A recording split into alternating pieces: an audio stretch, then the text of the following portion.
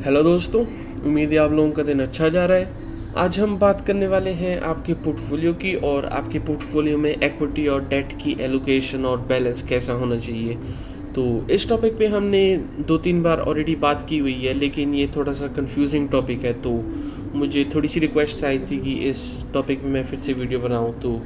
तो इस वीडियो में हमको समझना बहुत ज़रूरी है कि हर पोर्टफोलियो में एक ग्रोथ और स्टेबिलिटी का बैलेंस होना चाहिए। तो स्टेबिलिटी इन द सेंस कि आपका पोर्टफोलियो ज़्यादा वॉलेटाइल नहीं है, बहुत ज़्यादा ऊपर नीचे। तो आपके पोर्टफोलियो में ग्रोथ और स्टेबिलिटी का एक बैलेंस होना चाहिए, जिसमें आपके पास कुछ एसेट्स ऐसे हों जो आपको ग्रोथ दे, कुछ एसेट्स ऐसे जो आपको स्टेबिलिटी दें। तो इक्विटी और डेट का हर का अलग अलग रोल है। तो आपके पोर्टफोलियो में एलोकेशन कि आपके पोर्टफोलियो में इक्विटी कितनी है, डेट कितना है, वो ज़्यादा ज़रूरी है, ना कि आपने कौन सा फंड सेलेक्ट किया है। तो जो इक्विटी का हम एक बार समझ लें, तो इक्विटी का रोल होता है कि वो लॉन्ग टर्म ग्रोथ ड्राइव करता है। तो फॉर एग्जांपल, अगर आप इन्वेस्टमेंट की मार्केट में एंट्री कर रहे हो लॉन्ग टर्म वेल्थ क्रिएशन के गोल से, तो इक्विटी आपके लिए बेस्ट ऑप्शन है, क्योंकि equity long term growth reward करता है। आप इक्विटी मार्केट में जितना ज़्यादा समय स्पेंड करेंगे, आपको उतना ही ज़्यादा प्रॉफिट होगा। और एक बात समझनी बहुत ज़रूरी है कि अगर आप शॉर्ट टर्म या मीडियम टर्म इन्वेस्टर हैं, तो इक्विटी आपके लिए बेस्ट ऑप्शन नहीं है, क्योंकि कुछ लोगों को ये समझ नहीं आता, क्योंकि शॉर्ट टर्म में जो इक्विटी में वॉलेटिलिटी होती है वो बहुत हाई होती है।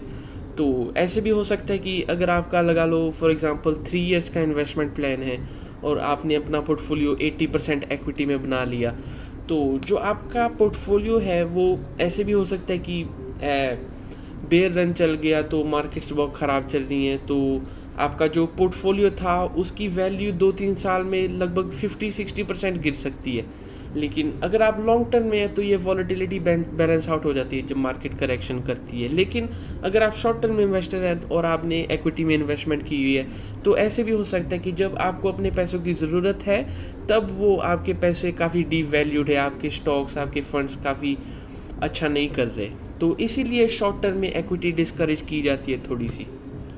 तो अब हम चलते हैं कि इक्विटी का बेस्ट यूज़ कहाँ पे होता है। इक्विटी का best use long term Horizons में होता है, जहाँ पे आपके गोल फार इन द फ्यूचर है। जैसे फॉर एग्जांपल गा लो आपने 10 साल 15 साल में कोई घर खरीदना है, तो वैसे गोल्स के लिए आपके लिए इक्विटी का बेस्ट यूज़ हो सकता है। तो इक्विटी उन इन्वेस्टर्स के लिए जो फ्लक्चुएशंस और वॉलेटिलिटी झेल सकते हैं। अगर आप इमोशनली वीक इन्वेस्टर हो, आपको पता है कि अगर आपका पोर्टफोलियो गिर गया तो आप पोजीशन एग्जिट कर दोगे, तो इक्विटी में इन्वेस्टमेंट डिस्करेज की जाती है, क्योंकि डी वैल्यूड करेंसी और इन्वेस्टमेंट्स क्यों बेचनी है अगर आपको इमोशनली स्टेबिलिटी नहीं है इतनी आपकी।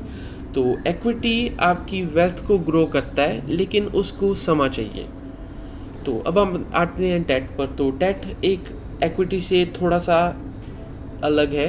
इक्विटी आपको देती है ग्रोथ और डेट देता है आपको स्टेबिलिटी और प्रेडिक्टेबिलिटी। इसमें जो वॉलेटिलिटी होती है वो इक्विटी से काफ़ी ज़्यादा कम होती है और आपका कैपिटल ये शॉर्ट टर्म में प्रोटेक्ट करता है। तो बेस्ट यूज डेट का होता है नियर टर्म गोल्स के लिए। अगर आपकी 2-3-4-5 ईयर्स की में गोल है, तो डेट आपके लिए बेटर सूटेड है रादर देन इक्विटी, क्योंकि अगेन वो वॉलेटिलिटी पे आ जाती है बात, और एक स्मूदर पोर्टफोलियो एक्सपीरियंस होता है। तो अगर आपको इन दोनों में फ़र्क समझना है एक सेंटेंस में, वो है कि debt protects wealth but grows it slowly, और इक्विटी आपकी वेल्थ को नहीं प्रोटेक्ट करता लेकिन आपको ग्रोथ बूस्ट देता है। तो अब हम चलते हैं थोड़ा सा इसको रैप अप करने के लिए कि आपको भी समझ आए कि आपका पोर्टफोलियो एग्जैक्टली कैसा दिखना चाहिए। तो एक बात बहुत ज़्यादा ज़रूरी है समझनी। मैं यहाँ पे बैठ के आपको ये नहीं बता सकता कि आपके पोर्टफोलियो में 40% इक्विटी, 20% ये, 20% ये। तो ऐसा कोई भी एक सिंगल आंसर नहीं है कि आपका पोर्टफोलियो ऐसा दिखना चाहिए। ये आपका पोर्टफोलियो हर बंदे का कुछ चीज़ों पे डिपेंड करता है। वो चीज़ें हैं time horizon, income stability, emotional comfort with volatility and goal specific needs.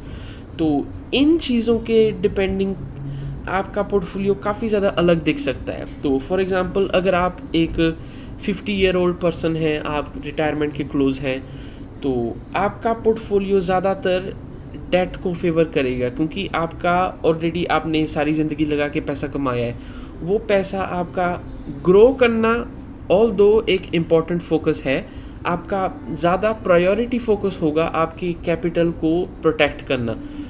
और ऑन द अदर हैंड अगर आप एक एस्पायरिंग 20-25 ईयर ओल्ड के यंग मैन हो, आपका मोर फोकस हो सकता है अपनी पोर्टफोलियो को ग्रोथ एसेट से भरना, क्योंकि आपके पास समय है। अगर आप मार्केट में 10 साल 20 साल इन्वेस्टर रहो, वो वॉलेटिलिटी आपको लॉन्ग टर्म में इतनी डिस्टर्ब नहीं करेगी, क्योंकि मार्केट बहुत ज़्यादा अच्छी करेक्शन करती है। तो ऐसे ही समझना ज़रूरी है कि आपका टाइम होराइज़न कैसा है, आपकी इनकम कैसी है। तो आपको ज़्यादा प्रोटेक्टिव एसेट्स चाहिए या फिर ग्रोथ एसेट्स चाहिए।